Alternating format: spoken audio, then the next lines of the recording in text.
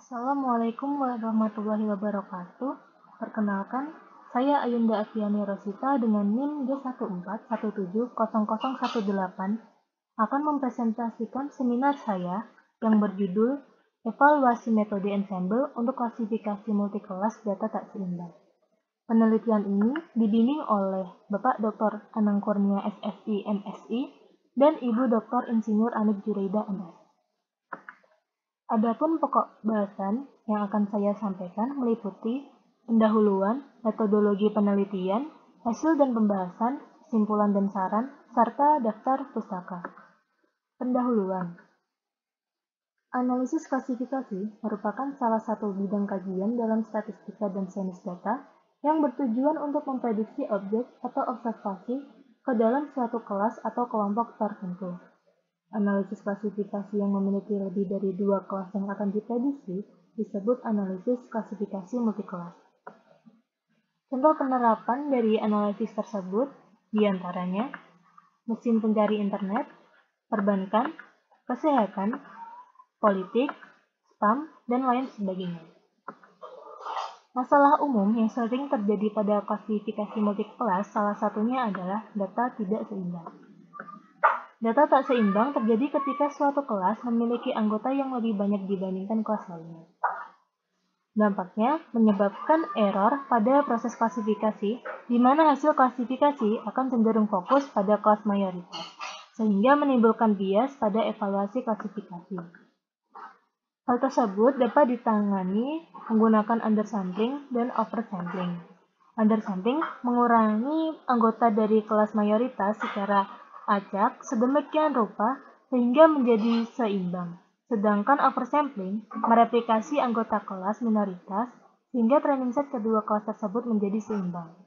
Namun, metode tersebut memiliki kelemahan. Undersampling dapat menyeimbangkan kelas. Undersampling dapat menyebabkan kehilangan banyak informasi data yang berguna.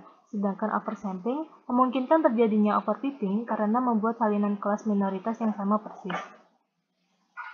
Berdasarkan pernyataan tersebut, maka penelitian ini memberikan solusi.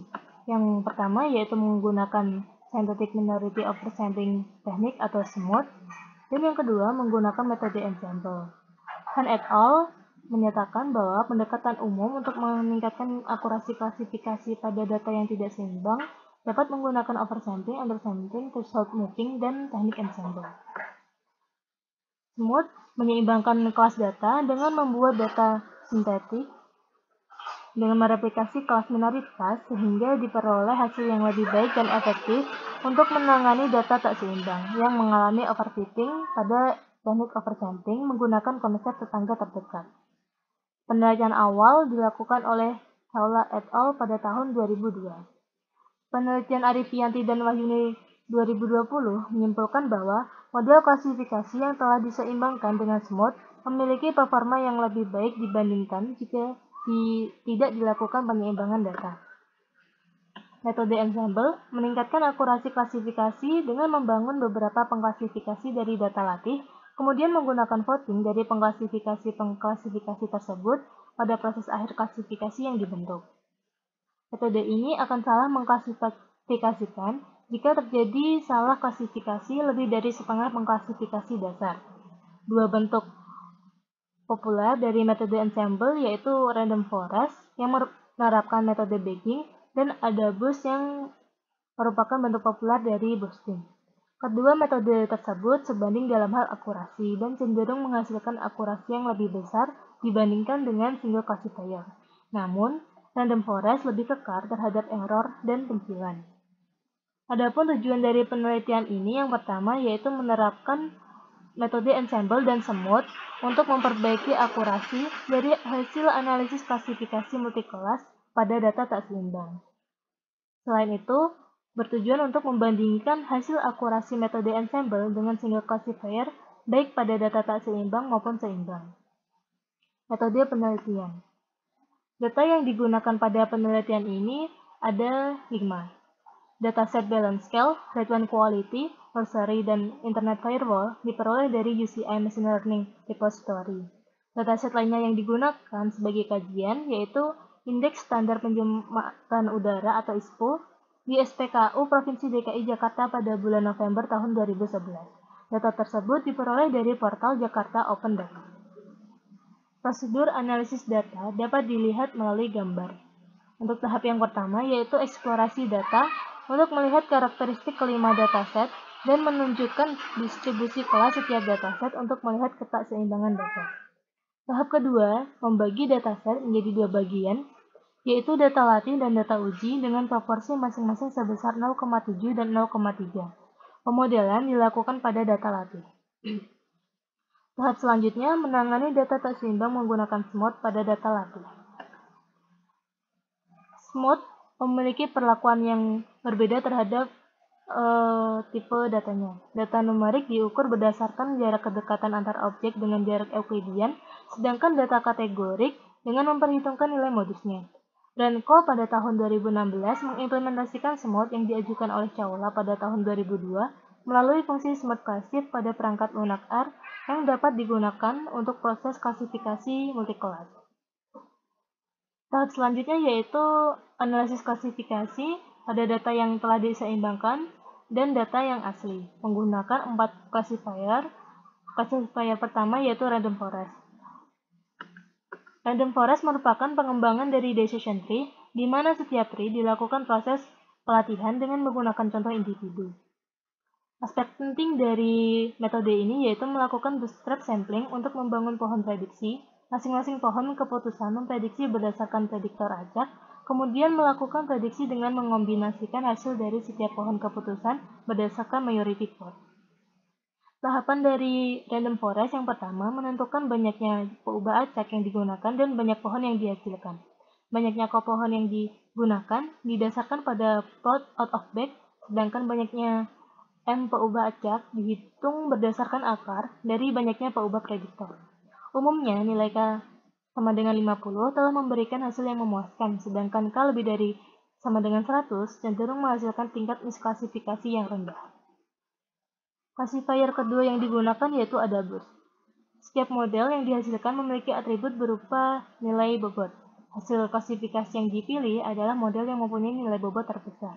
Pemodelan dimulai dengan menginisiasi bobot pada data latih sebesar Wn sama dengan 1/n.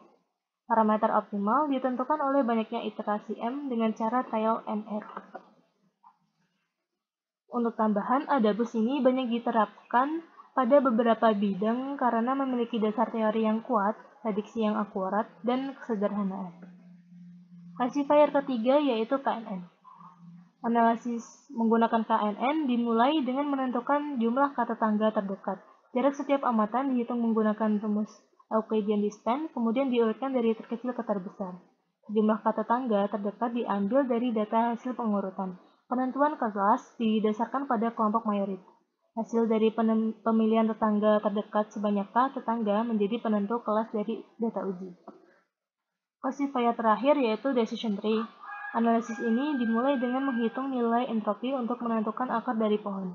Akar pohon diambil dari atribut yang telah terpilih dengan cara menghitung nilai gain dari masing-masing atribut.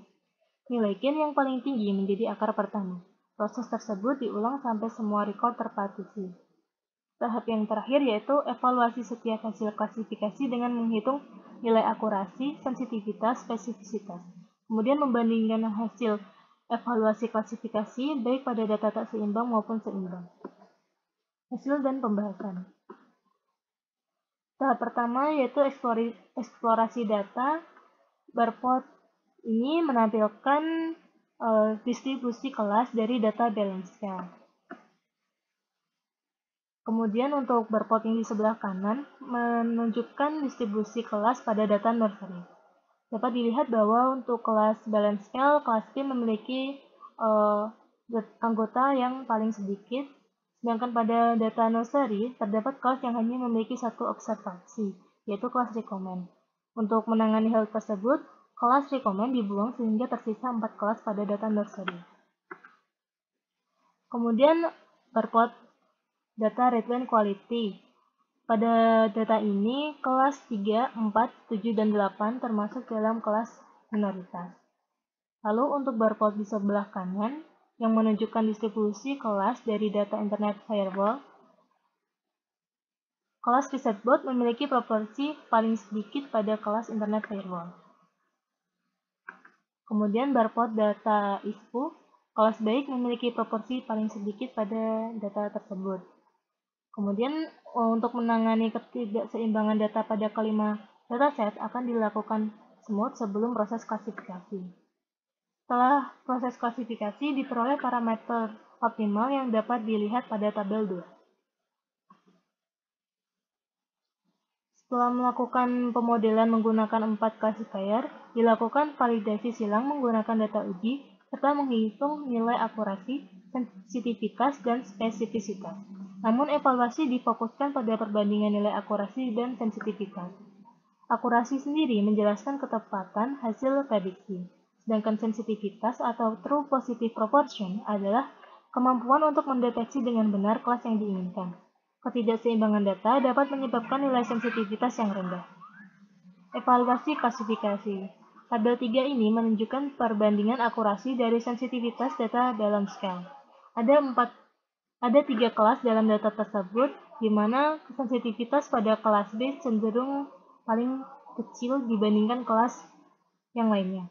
Metode KNN menghasilkan akurasi terbaik pada kondisi data tak seimbang, sedangkan metode random forest menghasilkan akurasi terbaik pada kondisi data seimbang. Penggunaan smooth meningkatkan sensitivitas pada kelas B, tetapi sedikit menurunkan akurasi. Tabel 4 menunjukkan perbandingan akurasi dan sensitivitas data nursery. Pada data ini terdapat 4 data. Metode ADABUS menghasilkan akurasi terbaik pada kedua kondisi. Sensitivitas pada kelas Veryrecom cenderung lebih rendah dibandingkan sensitivitas 3 kelas lainnya pada kedua kondisi. Kemudian penggunaan smooth meningkatkan sensitivitas pada kelas Veryrecom. Tabel 5 menunjukkan perbandingan akurasi dan sensitivitas data return quality. Metode random forest menghasilkan akurasi terbaik pada kedua kondisi. Sensitivitas yang dihasilkan keempat metode sangat rendah, terutama pada kelas 3, 4, dan 8. Penggunaan smooth meningkatkan sensitivitas pada kelas tersebut. Sensitivitas semua kelas setelah proses smooth belum mendapatkan hasil yang optimal. Tabel selanjutnya menunjukkan perbandingan akurasi dan sensitivitas pada data Internet Firewall. Akurasi tertinggi dihasilkan oleh metode random forest pada kedua kondisi. Metode ADABUS, Decision Tree, dan KNN menghasilkan sensitivitas sebesar 0 pada kelas ResetBot. Penggunaan smooth meningkatkan sensitivitas pada kelas ResetBot meskipun peningkatannya tidak cukup tinggi. Selanjutnya, perbandingan akurasi dan sensitivitas pada data ISPU. Metode random forest dan ADABUS menghasilkan akurasi dan sensitivitas yang sama pada kedua kondisi. Metode Decision Tree juga menghasilkan akurasi yang sama dengan metode ensemble. Sensitivitas pada ketiga kelas sangat tinggi kecuali pada kelas baik saat menggunakan Decision Tree dan KNN. Semua pengklasifikasi dapat mendeteksi dengan benar pada semua anggota kelas baik dan kelas tidak sehat setelah proses smooth. Simpulan dan saran. Metode ensemble dapat menghasilkan performa yang lebih baik pada data tak seimbang maupun seimbang. Performa pengklasifikasi yang baik tidak hanya didasarkan pada akurasi, melainkan ukuran ketepatan lainnya seperti sensitivitas dan spesifisitas. Akurasi yang tinggi tidak berarti metode pengklasifikasi yang digunakan itu sudah tepat. Masalah yang sering terjadi yaitu nilai akurasi sangat tinggi, tetapi sensitivitas sangat rendah, terutama pada kelas benar. Hal tersebut disebabkan oleh faktor ketidakseimbangan data. Smooth memberikan hasil cukup baik yang ditunjukkan dengan meningkatnya sensitivitas, khususnya pada kelas minoritas. Penelitian ini belum mampu mengidentifikasi seberapa besar smooth dan metode ensemble, khususnya random forest dan ADABUS, dapat meningkatkan performa klasifikasi secara umum untuk berbagai kondisi data tidak seimbang pada kasus multicore. Saran untuk penelitian lebih lanjut yang pertama yaitu menggunakan alternatif lain metode penanganan data tidak seimbang. Yang kedua, memperbanyak kombinasi dan proporsi kelas data tidak seimbang. Dan yang terakhir, menggunakan metode ensemble lainnya.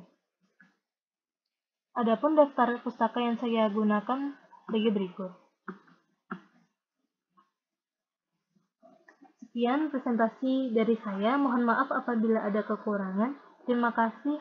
atas perhatiannya. Wassalamualaikum warahmatullahi wabarakatuh.